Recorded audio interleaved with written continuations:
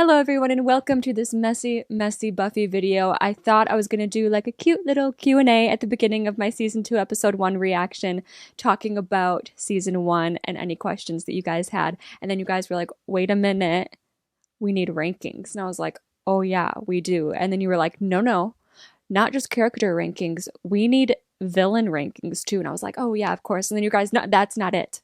We also need episode rankings. I'm like, okay. And then you guys were like, I'm just kidding. It ended there. We're going to do 3 rankings today. I will give you guys a little spiel, a little quick review, because I know these rankings. I'm going to try so hard to make this video as short as possible because I know I could make this 5 hours long. So I'm going to keep my little review very short so I can spend a little bit more time droning through these character rankings that are going to take me forever. And then I'm going to answer some questions depending on how long the rankings took me. We'll see what happens. So before we get into the rankings, I just want to say, if you hadn't noticed, I loved the first season of Buffy the Vampire Slayer. I think I can tell that looking back on this first season, I'm going to be able to notice that it was a lot of setup.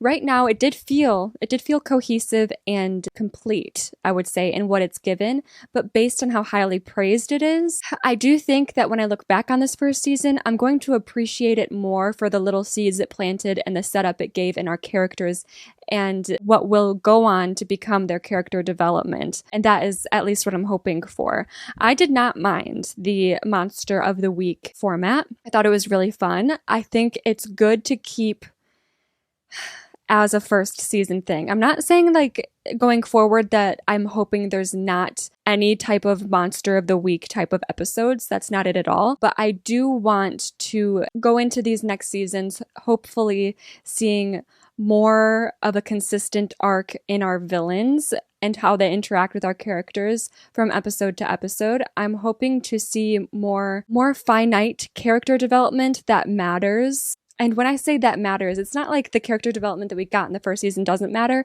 But like I said, the characters haven't really had to face themselves yet. And I think that is the big thing that's missing from season 1 and that I'm hoping that we'll truck on and get more into detail in season 2.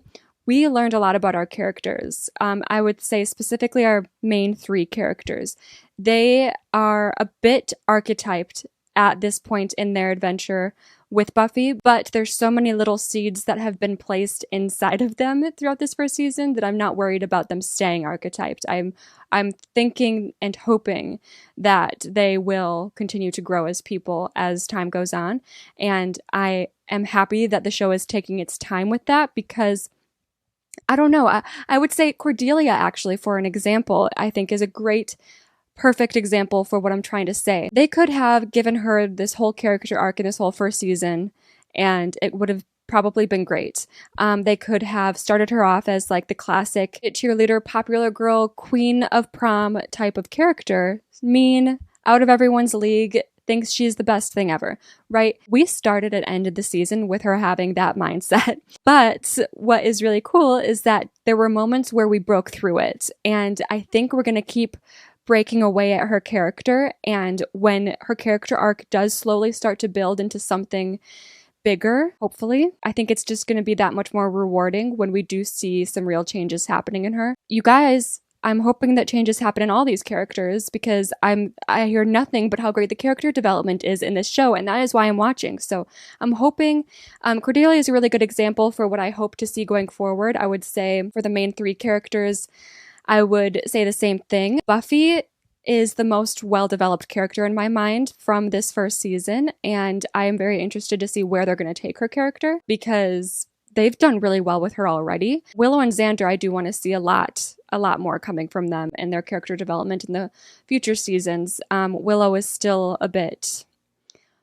I don't want to say that because she's reserved, that needs to change and she needs to become like a little girl boss. I'm not saying that at all because characters can be both at the same time. You don't have to break out of a shell and become Miss Charming and Miss Charisma to suddenly be a badass. Willow is already kind of a badass. Like, she has done so much, but so much on the line in this first season to help out her friends. But I do think she herself has not realized how much strength she has yet. And that is what I want to build on with Willow's character. Xander has a lot of growth ahead of him, I'm hoping. I want Xander to be happy with himself. I want Xander to be happy single. He is always pining after someone. I want Xander to bring his ego down a couple notches, to be honest. Every once in a while, he thinks he's like the funniest person in the room. It might be true at times. And I want him to be comfortable in the uncomfortable. I want him to mature. I want him to do the natural thing that you want to see from anyone that age, from 16 to 17, 18, 19, 20. I want to see that natural progression of maturity. Season 1 was great. I did enjoy the Master as the main villain. He was a little bit annoying and a little bit too much here and there. Sometimes I was like, what's he up to? What has he been up to? Is he just sitting down there? I don't know. Maybe that could have been more fleshed out, that arc with the Master, but I feel like they just didn't have enough there to make it 12 episodes long. So they were like, let's just forget about the Master for a couple episodes and do this instead.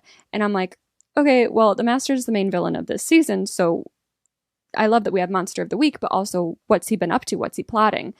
I felt like sometimes the episodes didn't have that nervous energy of what's the Master up to in the back of my mind, and I would have liked that more. Otherwise, I thought that this was a great first season. Great characters. I got sucked into this show from episode 1.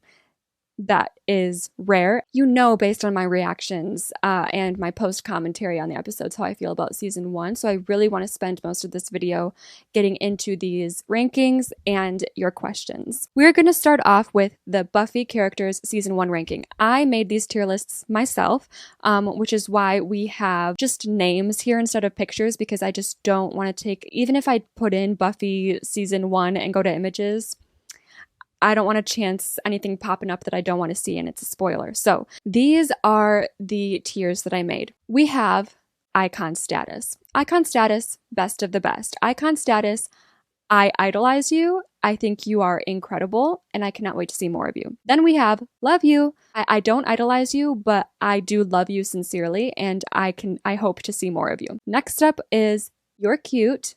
Again, I made these very self-explanatory. I like you. I enjoyed seeing you on the screen. It would be cool if I saw you again. Next up is, oh, it's you. This one is, I don't hate you, but I didn't love you either. I feel kind of meh about you. And when you come on the screen, I don't get excited, nor do I feel let down. I'm just like, oh, it's you. Then we have no, which is I did not care for the character. That's all it is. And then our final tier is titled Angel. Can you imagine who might be going in that tier? Let's start off with that. I am putting Angel in the Angel tier. He gets a tier of his own because I do not know what to think about this man. I don't know what the show wants me to think about this man. I don't know what is going to happen going forward with this man. We have a fair amount of toxicity and questionability going on between Angel and Buffy right now. Not only is he 25 in human age, or somewhere around there, he's definitely an older guy, and definitely not a minor like Buffy is, but he is also legitimately, his soul has been alive for hundreds of years. I have been a bit desensitized to that type of thing thanks to Twilight. I grew up on that in middle school, so dating a 150-year-old vampire to me is nothing. But you have to remember, it's actually worse than dating a human-age 25-year-old. I mean, if we're talking about power dynamics and those being the main foundation of the questionability of age gap relationships at that age, this is extremely problematic. Why is Angel into a 16-year-old? He can literally go anywhere and talk to anyone and be into anybody. He is immortal. He decides to choose a 16-year-old girl. It's an interesting choice. I do question where his mental state is at. If you're relating and understanding to a 16-year-old when you are a 100-something-year-old vampire, what have you been doing all these years, and why have you not evolved? Now, based on how I feel about all of that, you would think that I might put Angel in no or oh, it's you. You know, I spoke pretty negatively about the implications of that relationship, but I just cannot deny that him and Buffy have that chemistry. They have chemistry. The actors, I'm blaming the actors. The actors have chemistry. The forbidden love mystery guy is a weak spot for me. He's a vampire, she's a vampire slayer. It's just like the perfect remedy. Why does he have to be hundreds of years old and 25 in human age? Like, that is the downfall, and it's a big downfall. But everything else that's going for them makes me want to see more of them. So I just don't know how to feel. I don't know what the show is going to do going forward. I don't know if this is going to be like a real relationship that stems between them, that the show is going to somehow get me to really genuinely root for. We will see. So I'm on the fence about Angel. He gets his own category. I don't know what to think. Let's continue through this list now that Angel's out of the way. We're going to go alphabetical. We have Amy. Do you guys remember Amy? I hope you do. If you're watching this video, you got to be a big Buffy fan, and I'm sure you remember Amy. I remember Amy. I loved Amy. Amy was incredible. She had a terrible mother. She had the crazy cheerleader psycho mom who wanted to live in Amy's body so she could relive her glory days and be a cheerleader again. And poor Amy was just at home, sitting in her mother's body. Thank God in the end, we fixed it all. Buffy fixes everything. Amy, honestly, I love you. I'm really, out of all of the characters that we were introduced to, like side characters, one-off episode characters, Amy is the one where I want her to be in the main cast. I really liked her. I really liked her sense of style that came out at the end of the episode. She just seemed genuinely really nice. I just really liked Amy for some reason. She called to me, and I can't help how I feel. She's a love you, and I wish she was part of the main cast. Billy. Little boy Billy with the nightmares. You're cute.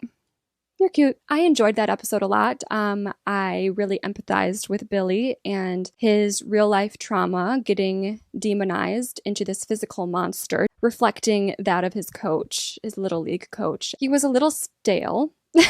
He was a little stale. I don't think it was the actor. I just think the episode was a little bit all over the place. I loved that episode. Do not get me wrong. The episode was a little bit all over the place because we had Billy and we had the demon. So we didn't really get to focus too much on Billy exclusively. I'm sure if we did, I would have maybe given him an I love you. Then we have Blaine. Blaine is the other victim of the praying mantis, Miss French. He luckily was saved before anything happened to him, just like Xander was. But he was another victim. He seemed to be a jock who was a virgin and embarrassed about being a virgin. Honestly, oh, it's you. I actually looked through the season 1 Wikipedia at characters, and I completely forgot about Blaine. I don't dislike him as a character, but he had no stay power in my mind. I completely forgot about him, so it's just an oh, it's you for Blaine. Oh my goodness. Buffy the Vampire Slayer? This is an obvious one. She's clearly an icon. I don't even want to get into it. Cordelia. I'm not sure. Cordelia is so deeply hilarious, but also so mean. We got a little bit of vulnerability from her in the last couple episodes, but it was still a pretty shallow vulnerability, if you ask me. It's a seed planter vulnerability. You know, it's hope for future vulnerability and character growth. And I hope to see that. I think we will see it. My gut instinct is to put Cordelia in icon status because even though she is in the show less than half as much as our main trio, she is imprinted into my brain and I light up when I see her on the screen because I can't wait to see her roast someone. It's entertaining. It's entertaining. But she's a mean girl. She's still a mean girl. And I think she has a lot of growth to get through. So I want to let you know that on an entertainment spectrum, she's an icon. I would put her in icon status. But in a personal character spectrum, I have to balance it out a little bit. And I'm going to put her in love you at the top. And I think hopefully by the end of season 2, she'll move on to icon status if she decides to show us more of her heart. Darla. Listen, I have a feeling, I've gathered from some comments that people love Darla. The fandom loves Darla. And I'm not sure why. I'm not sure why. I actually kind of hated her.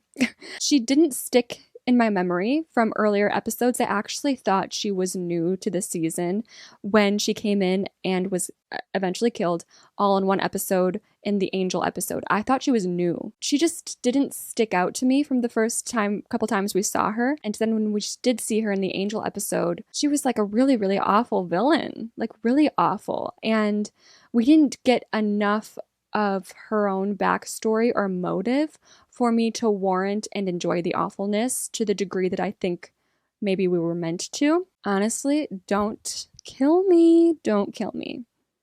This is just a show. This is just an opinion. Don't kill me. I'm putting Darla in Oh, It's You. Definitely ahead of Blaine. 100% ahead of Blaine, though. Next up is Dave. Do you guys remember Dave? He was in the Moloch episode. He was one of the two cronies that got recruited by Moloch over the computer. However, he was the one who decided to switch sides last minute and tried to help Buffy, and he was killed by Moloch, and it was staged as a suicide. Oh my god. What a tragic ending for Dave. I thought his character was very interesting, and I was really deeply upset when he died, which is interesting because at that point in the show, I had already come to terms with the fact that a lot of the characters we get introduced to in an episode may die in that very same episode, and I was still so disappointed. I am going to put Dave ahead of Billy in You're Cute.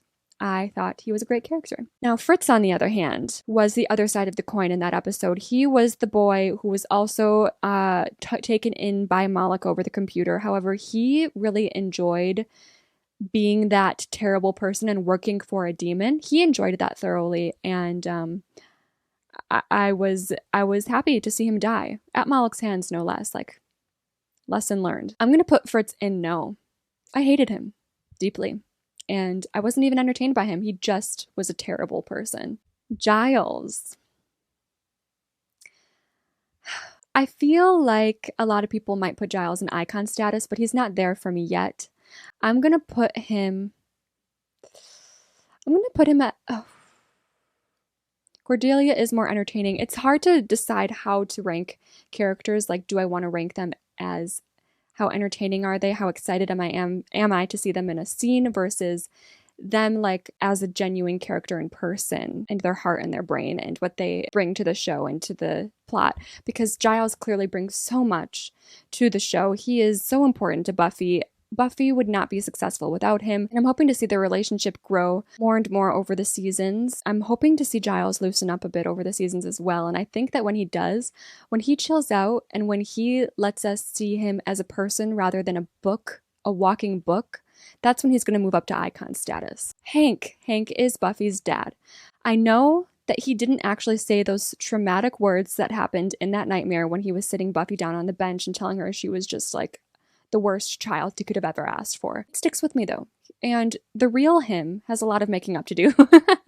It's like when you have a nightmare about someone and you wake up the next day and you're like, I'm mad at you. They're like, what did I do? You're like, in my dream. They're like, in your dream, I did not do anything. That is your brain. That is your brain. Be mad at your brain.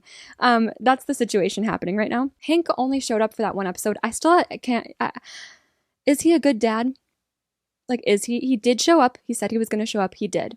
He said he was going to take her out. He did. He was there for Buffy. She was happy to see him. But she was a little too happy. She was a little too relieved that he showed up. She was very anxious about the fact that he was coming into town and whether he was going to actually be there or not. So I'm like, is there something there that I need to be concerned about? Like, why do you have this anxiety when it comes to your dad? Is it just because you don't see him as much because you guys live in different towns? I don't know. I need to see a lot more from him. I'm actually going to put him at the top of Oh, It's You. But he can very easily climb the tier list. Harmony is Cordelia'S blonde BFF. She has kind of just been Cordelia's shadow throughout the season, most notably known for being pushed down the stairs by the invisible girl. I'm going to say Oh, It's You because you're just riding Cordelia's coattails right now.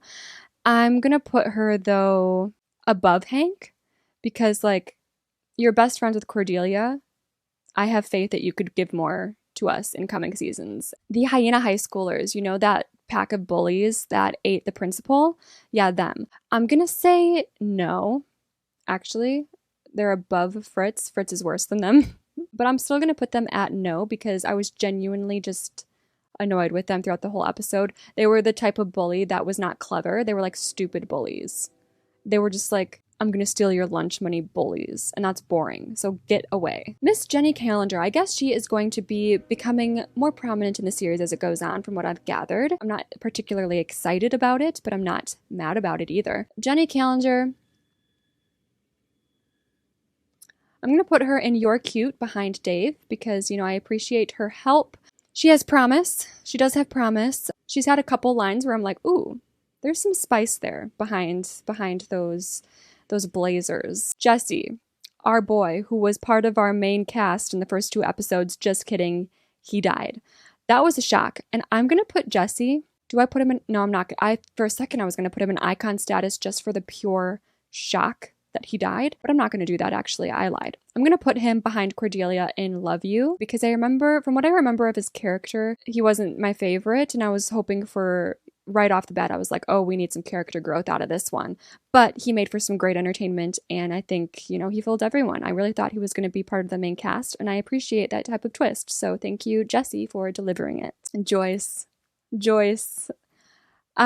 I got in a little bit of heat with the fandom this season, because in the first half of the season, I was not impressed by her. I wasn't. She seemed just extremely passive. She seemed to not notice her daughter very much at all, to be honest. You have to remember also that she is a single mom in a TV show. There's a difference between an actual single mom and a single mom in a TV show, because single moms in TV shows go one way or the other in the writer's room.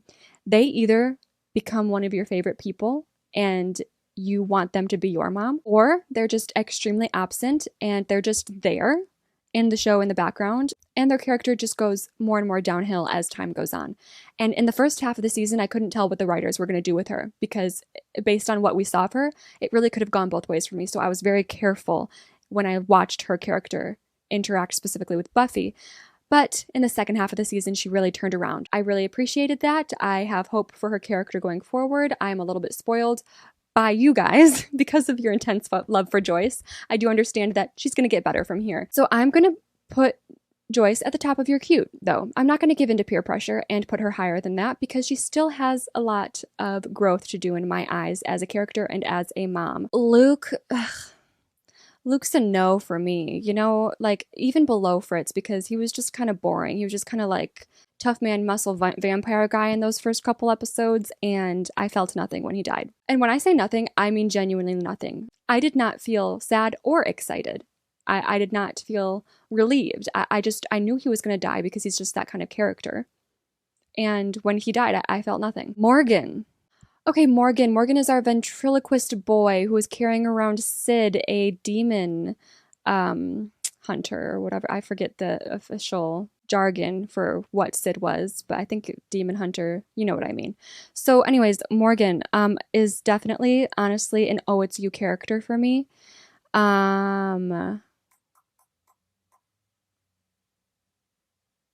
Right there.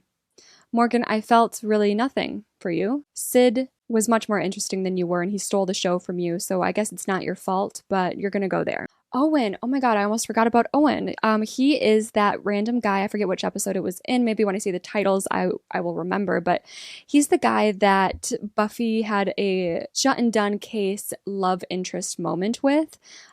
They went on a date, I believe, and then he came along to slay some vampires, and he was a little too into it. And then he really glorified Buffy's position and just wanted to keep close with Buffy so that he could feel this adrenaline rush rather than really caring about her as a person, which I did not appreciate. He was a little weird, if I'm being honest. I'm going to put him in the Oh It's You category. He is going to go above Morgan, though, because he's an interesting character, honestly, and I wouldn't have minded getting more of him because he's a weird one. Principal Flutie. Look, just because he died, I'm not going to put him higher. He wasn't terrible. He wasn't great. He was an Oh It's You. And I'm going to put him above Owen, below Darla, because he brought in a big shock in being eaten, but the students kind of carried that shock, didn't they? Even though they were more annoying, they did carry the shock value of that moment, and I really just felt bad for Flutie. But when he died, it was more of like a shock that the principal died, not a shock that he, specifically the character, died. But then we've got Principal Snyder. I'm going to put Principal Snyder. I'm going to put him in your cute, because he's really funny, and I really want to see more of him. I need to see more of him because he's like Cordelia level funny, if I'm being honest. But I just haven't seen enough of him yet to put him too much higher than You're Cute, and I'm wondering, I'm going to keep Joyce above him because Joyce got some good character development, I don't know, or just writer's development. He's fun. He is fun. I like him. A little scary, but fun. Terrible, but great. Sid. Look, Sid. You're a bit of a creep. But you brought one of my favorite twists of the first season. I love the idea of setting someone up as a villain and then turning them into a good guy. I like being tricked. I like being deceived. Being deceived by a dummy is just a level of irony that I really appreciate. You are going to go in You're Cute right behind Snyder because actually, you know what? I'm going to put him behind Calendar. Yes, I am, because he's just a little too creepy to me. Sid, I know you haven't felt anything in your veins. I know that you are made of wood or plastic or whatever it is that you're made of, but it just does not mean that you can make endless inappropriate remarks to minors. But thank you for the entertainment. The Anointed One.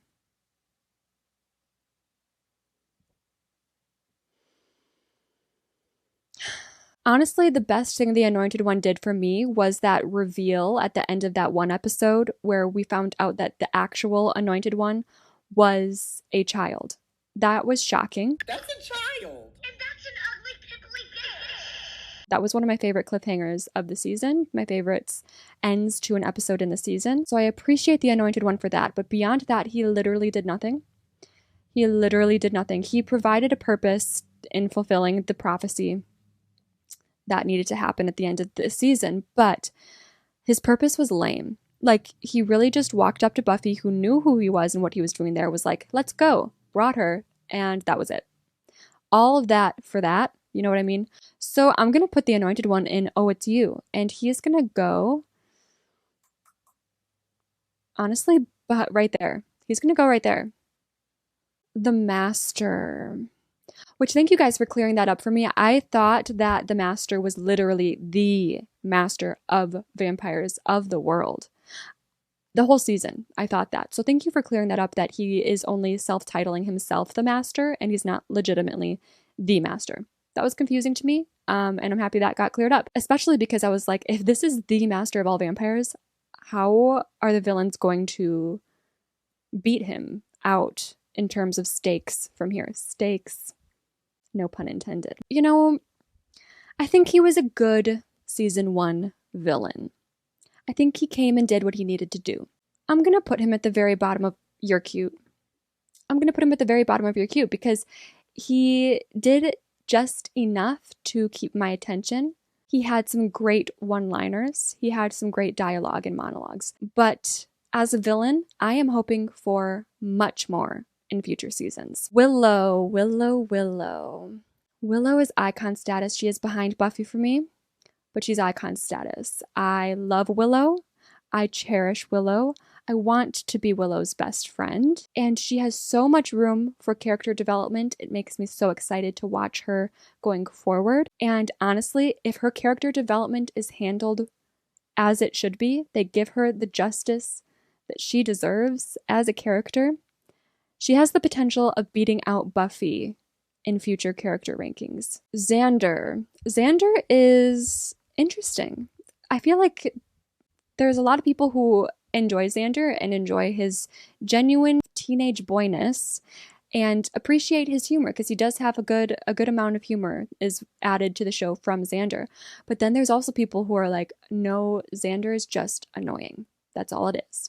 My little sister is one of those people. She is annoyed by Xander, and I don't fault anyone for that. However, to me, I enjoy Xander. I enjoy the humor that he brings. I think that he just adds so much to the plot. He makes our main trio messy, and I love mess in a cast. I'm looking forward, mostly from him, I'm looking forward to hopefully seeing some growth, but also I'm very interested in his personal life and his dating life, if I'm being honest. That might be shallow, but so much of his character is revolved around him being interested in other girls. I want to see his personal life in action in future seasons. I think that's going to be very entertaining. So I'm going to put Xander in Love You, actually under Cordelia, because Cordelia is funnier. Oh, I missed Adam. Our final character here is Adam, which was specifically asked from you guys for me to include in this character tier list. I thought I forgot. I didn't realize who Adam was when you guys asked for him. I was like, who is Adam? And then I realized who Adam is. And let me jog your memory. Adam is this man. Who? And for that reason alone, no words are necessary on my part. Adam was an icon. Adam was an icon.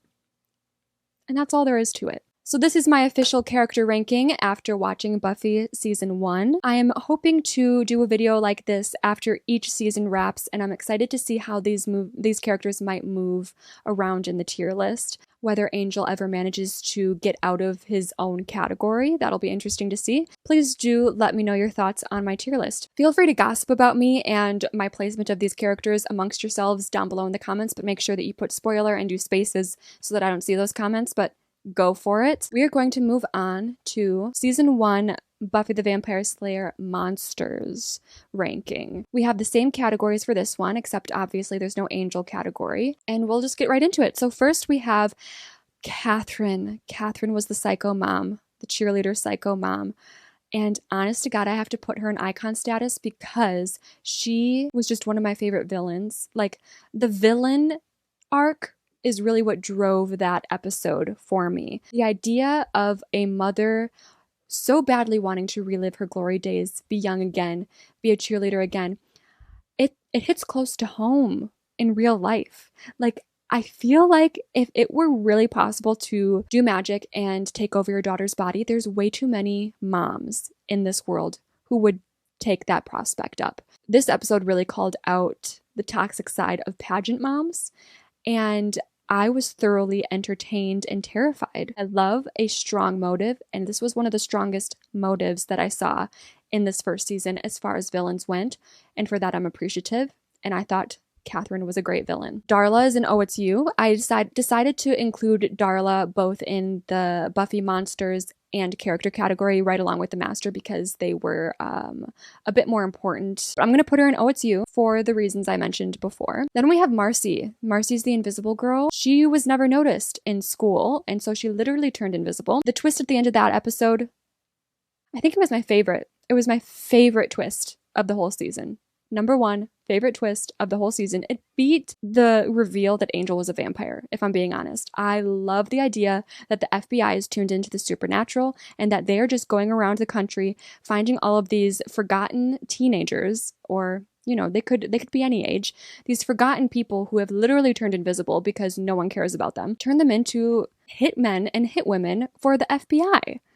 That's crazy. I don't know. I just love that. I love that. So Marcy is going to go in Love You instead of icon status though, because although I love the twist at the end, she was attacking people for what I thought was no reason. Like, what was the reason that you were attacking Buffy? Like, Buffy is trying to help you. What did she ever do to you?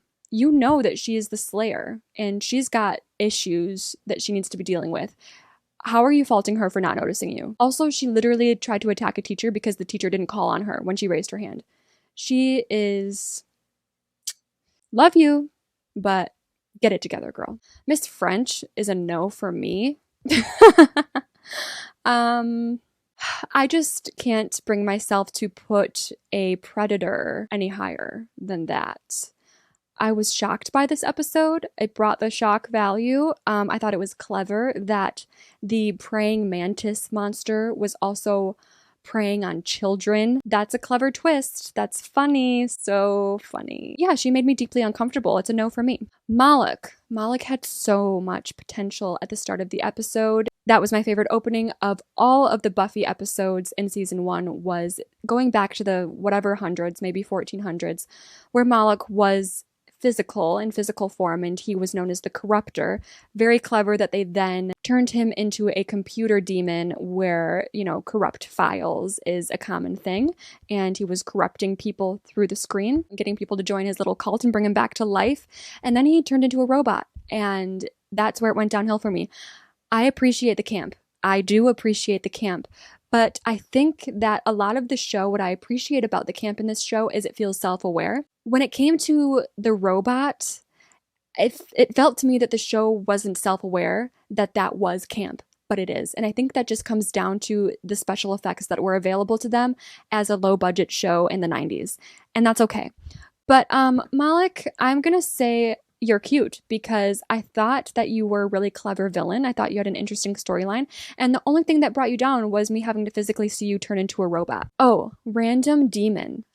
So this I'm referring to the actual demon from the puppet show episode who just came out of nowhere and was suddenly there. It's a no for me. I didn't care about this demon. Actually, it's below Miss French because he really came out of left field, and I like that Sid wasn't the demon, and I love that twist. But because of that, because we were led to believe that Sid was the villain for most of that episode, we didn't get to flesh out the real villain, and he's forgettable, very forgettable to me. The demonized Little League coach, I'm talking about the nightmare version monster that was conjured up by Billy, that was inspired by his Little League coach. I'm going to put him below Darla and Oh, It's You. I thought it was interesting. It was an interesting villain because it was based on a true life person to this little boy, but Darla's ahead because she's just more interesting. The Fake Anointed One. The Fake Anointed One is the villain of the episode with the bus crash, and where our main cast think that they defeated the Anointed One without realizing that the Anointed One was actually the little boy, and they threw the Fake Anointed One, I believe, in an oven. He's gonna go actually below the demonized Little League coach in Oh, It's You. Yeah, he just wasn't very interesting to me. He was just fine. The prophecy itself was what was more interesting to me when it came to that episode. He was just kind of collateral damage. The actual human Little League coach. No. I hate you. How much do I hate you? He's just a clear emotional child abuser. I'm trying to remember. They actually talked about sending him to jail, didn't they? They were talking about sending him to jail at the end of the episode, so I think he was actually a physical child abuser as well. So he's gonna go there. I'm gonna put him below Miss French in the no category just because we didn't see as much of him, and he didn't really drive the episode. He was kind of like only seen in the last moments of it. But yeah, I hated him. The Master, love you. Thank you for carrying the show. You're less interesting to me than Marcy is, though. The real Anointed One, the little boy, Oh, It's You. Oh, It's You between Darla and the demonized Little League coach. And finally, the Zkeeper who just wanted to be a hyena. He was cute. Below Moloch, though, but he was cute. Can you blame the guy for wanting to add a little bit of escapism to his life? Isn't that what we all do? But yeah, what was fun about the Zookeeper was we thought he was on our side, and then he turned out he wasn't. He kind of did a reverse Sid in that sense, where we trusted him and then he turned on us, and we didn't realize he was walking into his trap the entire episode. So that's cool, but your actions were cooler than your own character, and I'm sorry about that. So this is my ranking of the Buffy Monsters in season 1. I'm not sure what you guys think of this. As I was doing the Buffy characters tier list, I was like, ooh, they're not gonna like this, or ooh, I think everyone agrees on this. But with the Buffy Monsters, I actually have no idea where the fandom would place them in a tier list. So please let me know your thoughts on this. I'm very curious, especially because I assume we're not going to see any of these monsters again. So speak freely to me on what you think about this tier list. I'm very curious on how you would have done it differently. And our final tier list is ranking the episodes. I'm hoping the episodes aren't too mushed together in my head. I'm hoping that the episodes are distinct enough in my head for me to remember certain moments that I liked from them, but I think it's very likely that this is going to be a messy list because I've only seen these episodes once. I feel like you guys could do a really proper ranking of these episodes because you've gotten to go back, you've seen reactions, you've seen all these episodes multiple times in rewatches, and I feel like in TV, it's during the rewatches that you really become comfortable in being able to pick out which episodes you really enjoyed. I might put an episode lower and you'll be like, oh, how can you put that episode this low? Remember this moment from the episode? And I'll be like, oh, I'm sorry, I didn't realize that moment happened in that episode, So bear with me for this one. We're going to do our best. The pilot, Welcome to the Hellmouth.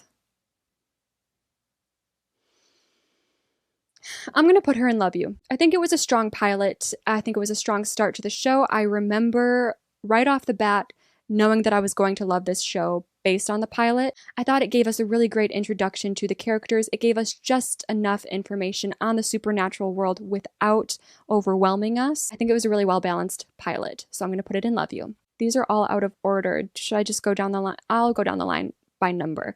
Next is the harvest, and I'm going to put the harvest in icon status simply because of Jesse's death. It was shocking. It really let me know what kind of show I was getting myself into, and I remember just being on the edge of my seat for that episode, learning what kind of stakes this show was giving us. Number 3, Witch, is icon status above the harvest. One of my favorite episodes of the season, one of the best villains. It gave me one of my favorite characters in Amy, which I'm very sad I didn't get to see more of her. It gave us a fun little twist in the middle that I was very proud of myself for guessing, if only moments before it was revealed.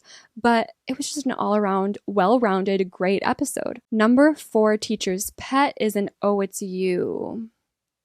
Oh, it's you, Miss French. Miss French really domineered this episode. I've been scarred by Miss French. Her actions are all I remember from this episode. Any iconic lines, any tender moments between our characters, any character development, I don't remember. My memory is overshadowed by the monstrosity that is Miss French. Number 5, Never Kill a Boy on the First Date. This is where we get introduced to the prophecy. This also gave us a really great insight into Buffy's personal life and introduced how hard it is for her to trust people, to be understood by people. And I don't know, I think it just set up a really good foundation for Buffy's vulnerability as well, which I think is one of her biggest strengths. I am going to put this one in, do I put it in You're Cute? Yeah. I'm considering putting it in either You're Cute or Love You, but I think because my gut is saying You're Cute, I'm going to leave it in You're Cute. Number 6, The Pack.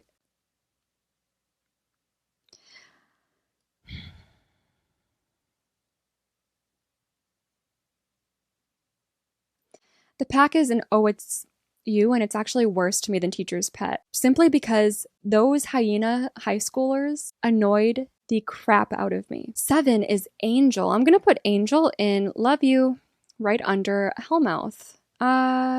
Right above Hellmouth, actually. I really liked this episode. I think this episode led to a lot of talking points. I think it will continue to lead to a lot of talking points in future seasons. Angel finally stopped being the mysterious shadow person, and we got his backstory, which is actually a very interesting one, and it lays a great foundation for future plotlines. So I appreciate that very much. 8, I, Robot, You, Jane. What do I do with you? What do I do with you? I'm gonna put it in You're Cute behind Never Kill a Boy on the First Date. While the villain turned out to not be my favorite, when he was in the screen and getting the backstory of the demon at the start of the episode and seeing him manipulate people through the screen, it was very telling for what society would become. And just because of its irony alone into handling the rise of the internet and predicting what it might become, I'm going to put it in You're Cute. Number 9, The Puppet Show is going to go at the top of You're Cute. Love the twist. Sid was a very interesting character. It had a sense of mystery throughout the entire episode that kept me wanting more and kept me curious. And it also introduced to us Principal Snyder, and he had some hilarious moments in that episode that I am a big fan of. So that is going to lead the You're Cute category. Number 10, Nightmares. I'm going to put Nightmares in...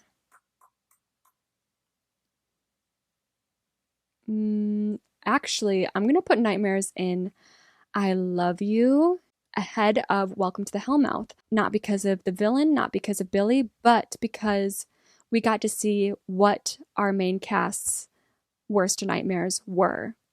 And that was very interesting to me. Buffy's nightmares specifically were fun to watch. Not fun to watch, actually they were heartbreaking to watch, but I love heartbreak and I love digging away at her weaknesses and peering into her soul. And that's what we got a little bit of in that episode, which was really nice. Number 11, Out of Mind, Out of Sight.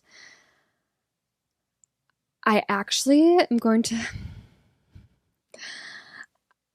going to put it in icon status above the harvest, which I feel like might be a hot take, but I was so scared of Marcy, like genuinely. I felt like I was watching a horror movie, which there's obviously horror elements in Buffy, but a lot of it is fun horror. No, I was genuinely scared of this girl. She was unhinged, and I love an unhinged villain. I think it made for a really great and unpredictable episode. The ending of that episode for me and the whole FBI thing, we talked about it. I talked about it. I love it so much, and to me, it deserves icon status. I really, really liked that episode. And finally, our finale, Prophecy Girl, the music montage in the white dress. Oh, look, a bad guy. Knocks him out. You're kidding. This is an iconic episode. If I have ever seen one, let me put you where you belong above the witch. Is it not gonna let? Oh, okay, it lets me. It lets me. We finally got rid of the Anointed One and the Master. Thank God. I'm ready for a new villain. Love you. Ready for a new villain. We saw Buffy really come into her own in a way that we have not seen yet. When Xander saved her life from drowning, I'm still on the fence about whether it was simply Xander's resuscitation that brought her back or if there was something more supernatural at play there because of the way that she got brought back to life. It could have just been an artistic director's decision to make her coming back to life look the way that it looked. Or it could have been because she was always meant to come back to life and the fates wouldn't have allowed her to die like that anyway. Either way, her coming back to life and having this new confidence about her was just iconic. The music montage was iconic. Her killing the master was a little bit underwhelming to me for a finale episode, but it was fine. I liked the rest of the episode so much, and I knew it was going to come to that in the end anyway, so that is all good and fine. So this is what it is turning out to be. I'm curious. I would think that if there was going to be a no episode, it would be in the first season or maybe the last couple seasons. I imagine that this show, like most longer running shows, hit their sweet spot between seasons 2 and 4. That's usually how it goes. So I'm curious to see how long we go before I put a no episode in the tier list. But this is what it looks like for now. Of course, like I said, this is probably highly subjectable to changing as I continue to go back to them. But after a first watch, this is how it stands. And finally, let's get to some Q&A. I just filmed for 1 hour and 10 minutes. Am I surprised? I am not. Okay, so I screenshotted some questions from you guys. Just curious if you were going to be reacting to the Buffy the Vampire Slayer movie that covers her first adventure as a Slayer in LA, or read the comic book series The Origin, which is a retelling of the same story, only more in keeping with the official canon. Reading this comment was my first time hearing about the comic book series.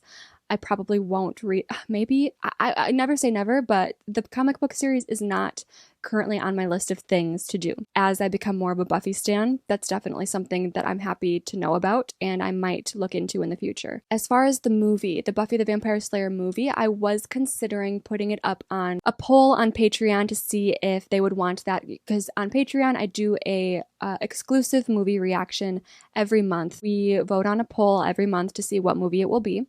And I was considering putting the Buffy the Vampire Slayer movie on that poll to see if they would want to see that as like a little Patreon exclusive reaction from me. But I will say, if there is a big audience of people here on YouTube who want to see that reaction, I am down to watch the movie as a YouTube video instead of a Patreon exclusive. So let your voice be heard down below if you want to see that reaction, and I will see what I'll do about that. What was your favorite Cordelia moment / line of the season? Also, any theories on where you see her going in the series? 100% it is, what is your childhood trauma?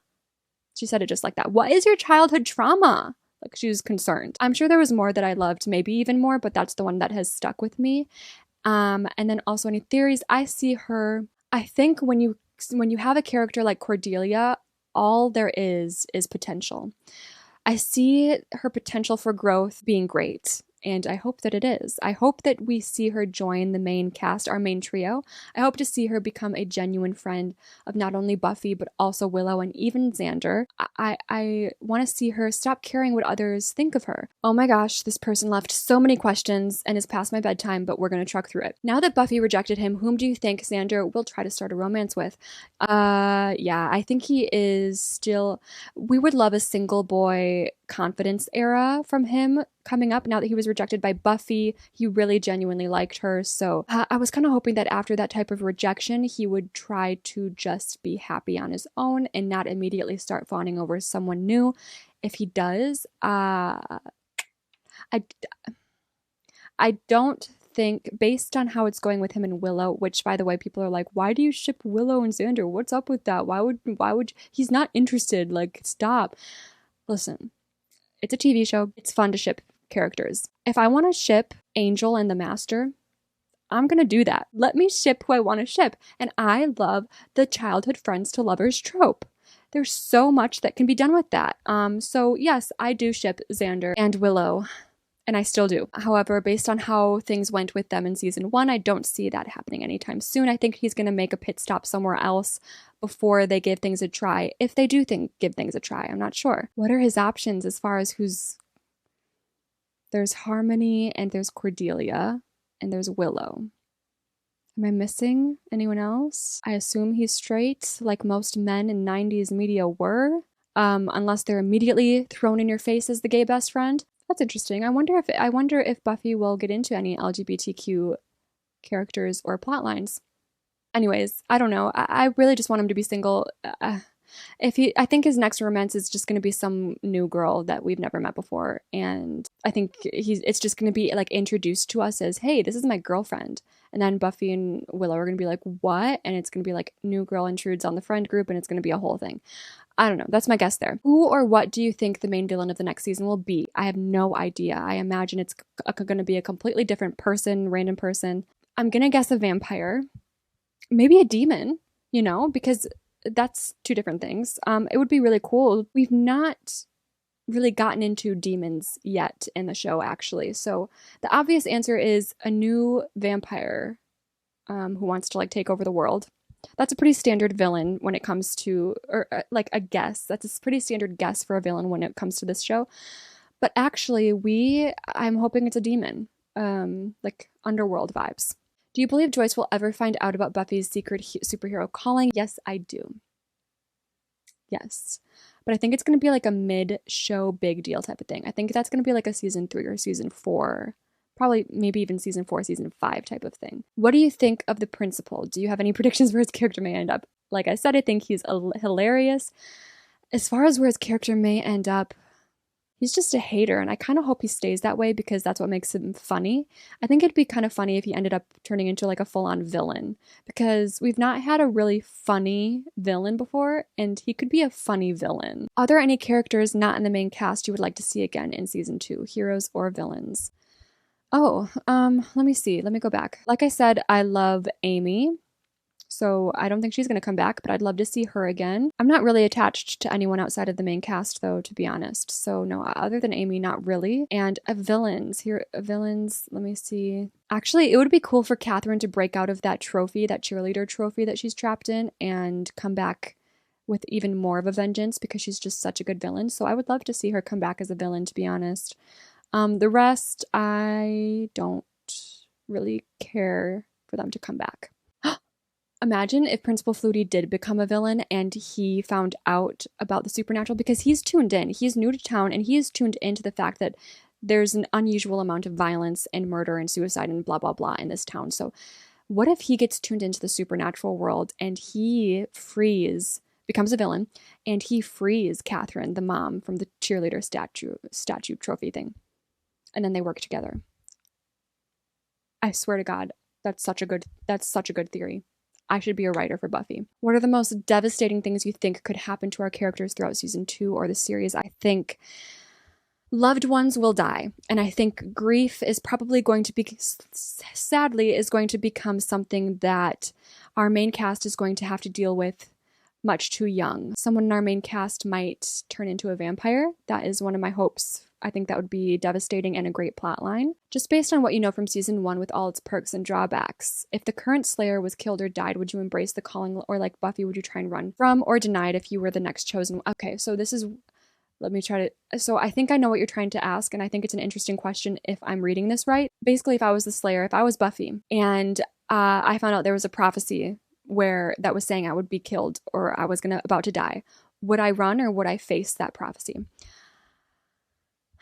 I would like to think that current me would face it for the greater good, but I do think that 16-year-old me would definitely try and run, because I was 16. And she says that. She's like, I'm 16. I'm not ready for all this. And I get it. I think that's the biggest thing about it is she's so young, facing such insane amounts of pressure.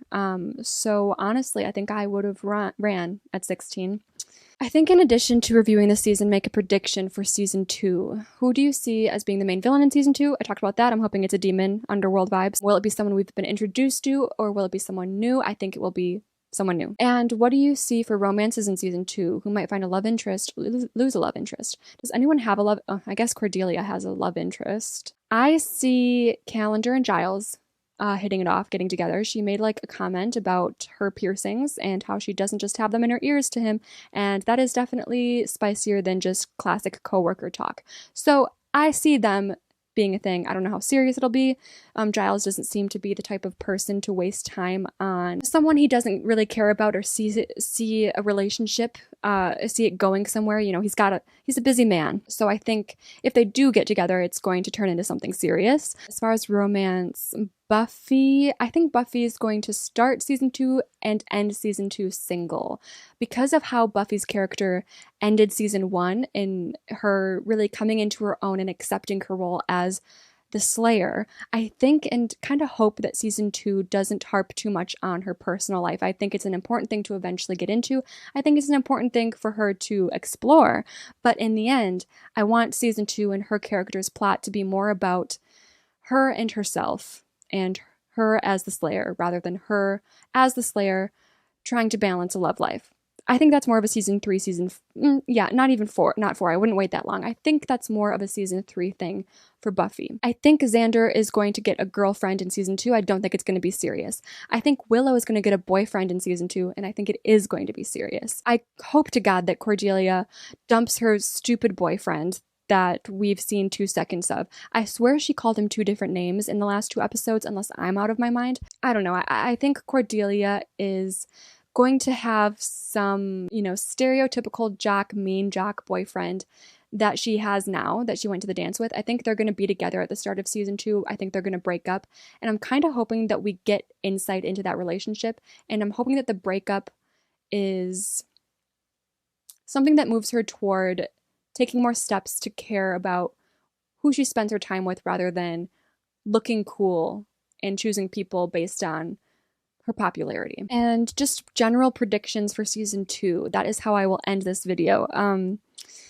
General predictions. Okay, I'm going to guess. This is a good thing for me to predict.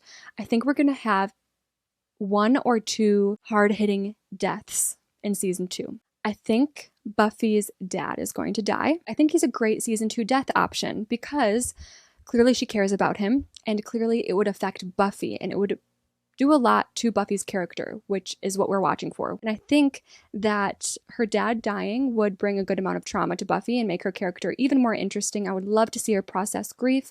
Unfortunately, I think it's something she's going to have to get used to. He's absent enough for it to be a little bit lower on the scale of, oh my God, when it comes to like season 2. I think Willow is going to become a witch. I think she gives me witch vibes and I could see her getting into magic. Ever since I found out you don't have to just be born a witch in this universe, anyone can choose to become a witch. I can for sure see Willow taking those steps and becoming a witch. So those are going to be my 2 predictions for season 2, like the random throwaway predictions is Buffy's dad is going to die. I think 2 major characters are going to die. If I have to throw away another character death, let's say Principal Snyder, because I think it would be funny for the character to do a kind of Harry Potter Defense Against the Dark Arts teacher type of thing, but with the principal instead, where the principals just keep on dying and it becomes kind of a running joke eventually where it's like no one wants to be the principal because that means you're going to die type of thing. So sure, I'll say Principal Snyder and Buffy's dad are going to die in season 2 and Willow is going to start a journey into witchcraft. Those are my predictions. I'm so excited to get into season 2. If I've learned anything from your comments, this is where the show really picks up, so I'm excited to get into it. And I will see you guys next time. I might do a little small break in Buffy. By small, I mean literally maybe. I have a Mexico trip coming up. I have a Taylor Swift concert coming up. I'm gonna be busy for the next couple weeks. So if you don't see my Buffy reactions for season 2 coming in the next couple weeks, don't fret, they will be there. I'm still gonna try to get them out sooner than later, but I just wanted to let you know, just in case worse comes to worse and it's a couple weeks before we start season 2. I cannot wait, and I will see you guys in season 2.